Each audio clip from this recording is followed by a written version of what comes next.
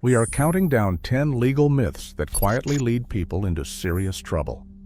From assumptions about so-called minor charges to beliefs about fairness, evidence, and the power of truth, these misconceptions are widespread and often trusted for years before their consequences become clear. Each myth on this list reveals a gap between what most people think the law protects and what actually happens. Let us begin, starting with number 10. Minor charges don't matter. Television and everyday advice often treat misdemeanors as little more than a slap on the wrist, a ticket, a fine, a short inconvenience. The message is that these cases are routine, easy to move past, and rarely affect the future.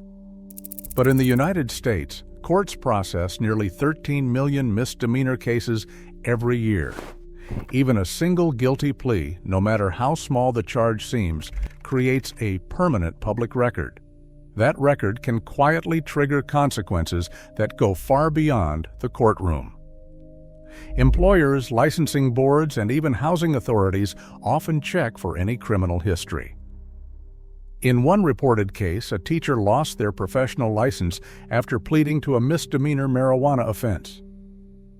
State regulations required automatic revocation with no second chance. Early pleas made quickly to resolve a case can close doors for years. And the next myth causes problems long before anyone realizes it. Myth 9. If you cooperate fully, it cannot be used against you. Television and movies often present cooperation with authorities as a safe path. Characters who offer help receive leniency or even immunity, and informal promises appear to protect them. In actual courtrooms, cooperation without a written, signed agreement offers no automatic protection. Voluntary statements, even when intended to help, are typically admissible as evidence. Unless there is a formal immunity agreement, often called a proffer letter, prosecutors can use what was said and any leads it provides. Under the Castigar doctrine, only explicit immunity blocks use of those statements and their derivatives. In one case, United States v. Gallego, a defendant's attempt to assist investigators was reframed and used to build the case against him after the court found no binding immunity. Relying on informal cooperation can quietly damage a defense well before trial begins. Early statements become part of the record. They shape plea negotiations, and they can undermine credibility if accounts shift later. Without clear protections in writing, helping can become self-incrimination, and the next one causes problems long before anyone realizes it. The myth: the truth is enough. Why people believe it. Popular culture presents honesty as a decisive force. Movies and television show dramatic moments where a sincere statement appears to change a verdict. Advice on the internet and from friends reinforces the idea that facts, if true, will always prevail. What actually happens? Courts do not decide on abstract truth alone. The legal system uses strict rules of evidence. Courts rely on what can be proven by admissible records and testimony, not on unverified or improperly presented claims. The federal rules of evidence, including Rule 403 and Rule 802, exclude hearsay, unreliable statements, and some testimony that fails procedural standards. Research by Professor Brandon Garrett and the Innocence Project shows that nearly 40% of wrongful convictions involve truthful evidence that was never heard by a jury because it was ruled inadmissible. In one reported case, a credible alibi was excluded under hearsay rules, leaving only the prosecution's version. Why it causes trouble. Relying on truth alone without understanding what the court will actually consider quietly undermines defenses before trial begins. Damage often occurs well before a jury ever hears the case, when evidence is excluded or investigators do not gather proof that meets evidentiary rules.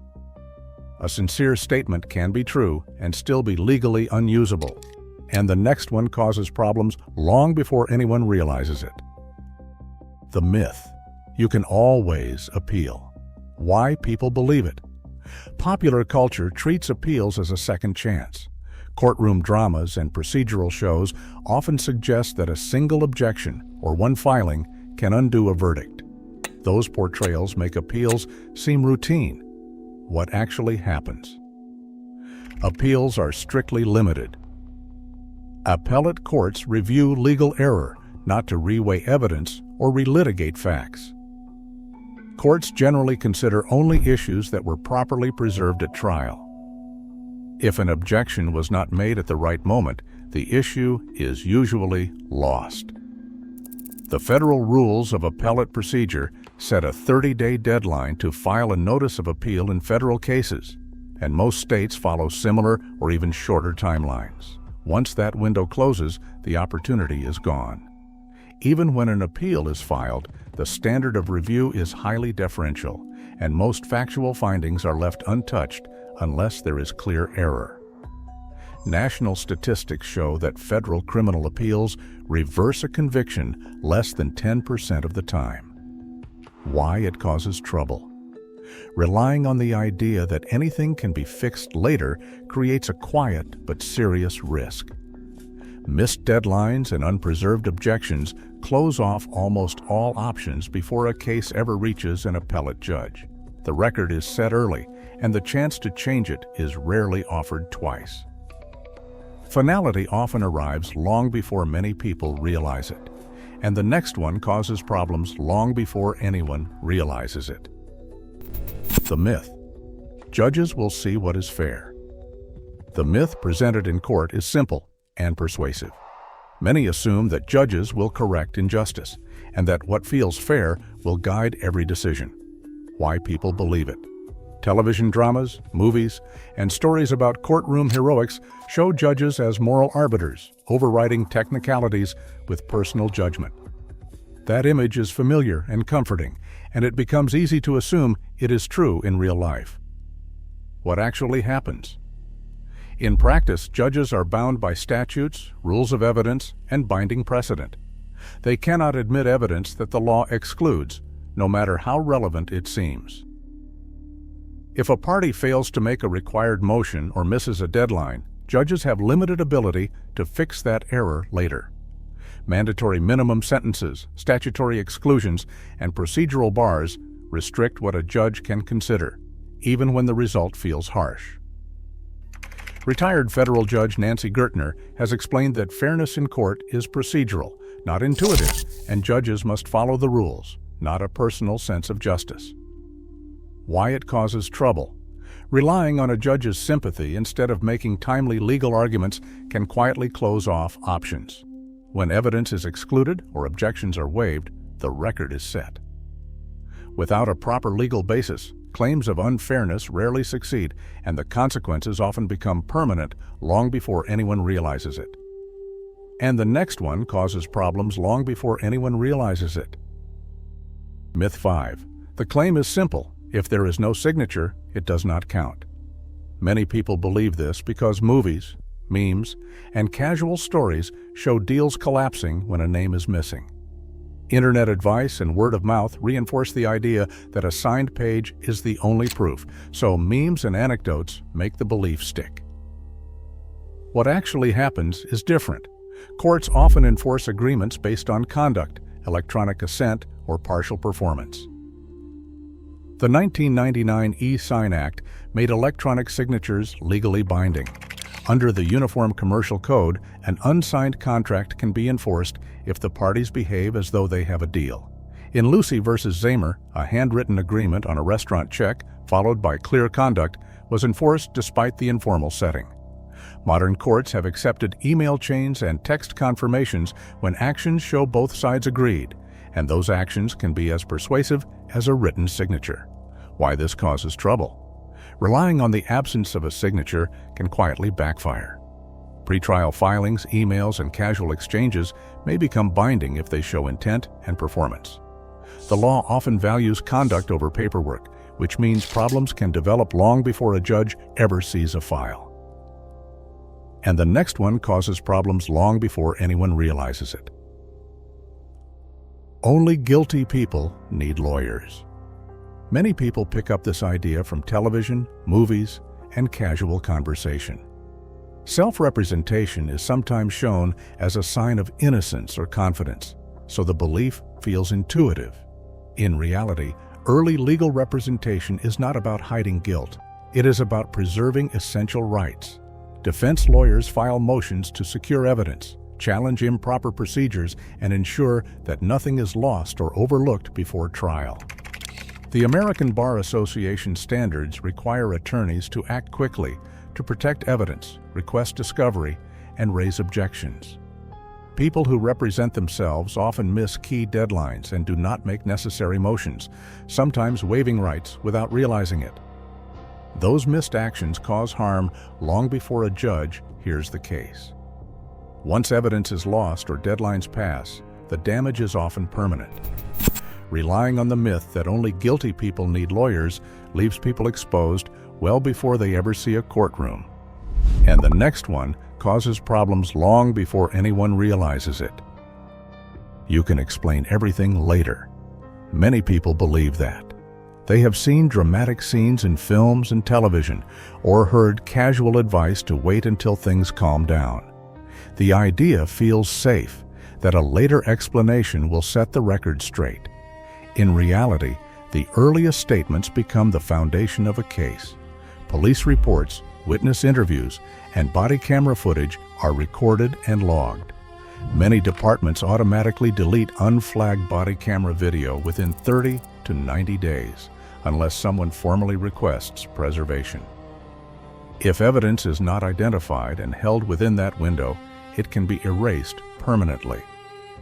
Defense attorneys often send preservation letters to stop deletion, but without that step, key footage may disappear before anyone recognizes its value. Once the official record is set, later explanations are often viewed as inconsistent and less credible. Relying on the chance to explain later risks losing the very evidence that could change the narrative. It also creates a gap between the record and later accounts, and that gap becomes a problem long before court begins. The result is not immediate drama, but a quiet loss of options, and the next one causes problems long before anyone realizes it. The myth is simple. If police make a mistake, the case is over. The reason people believe this is straightforward. Television and movies show dramatic errors leading to immediate dismissal. Internet advice and word of mouth repeat the same idea, and those portrayals feel decisive. The reality is different. Most procedural errors do not lead to dismissal. Courts apply the harmless error doctrine, which allows cases to continue unless the mistake clearly affects the outcome.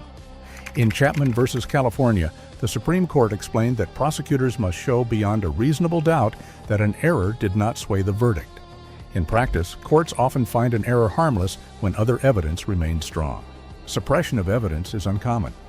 Only about 12% of suppression motions succeed, and most prosecutions move forward even when some evidence is excluded. In Herring v. United States, a conviction stood despite an illegal search because the error was not decisive. The system tolerates many mistakes. Believing this myth produces real consequences. People who expect automatic dismissal may not take steps to preserve their rights, may delay consulting a lawyer, or may make statements that are used later. Damage often occurs long before a judge rules through investigation, charge decisions, and evidence collection. Relying on this belief can quietly weaken a case before anyone realizes it, and the next one causes problems long before anyone realizes it.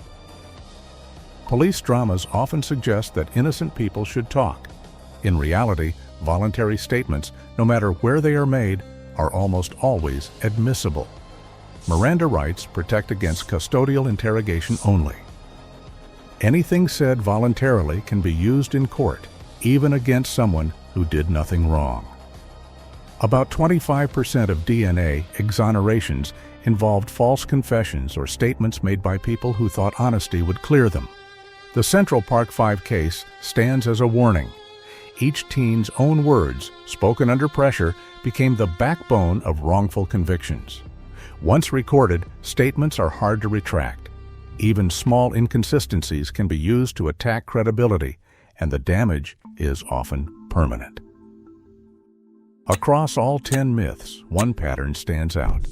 Legal danger often comes from what people think they know. In law, familiar beliefs can quietly become liabilities. The real risk is not just ignorance, it is misplaced confidence. And that is why these myths keep causing trouble, case after case.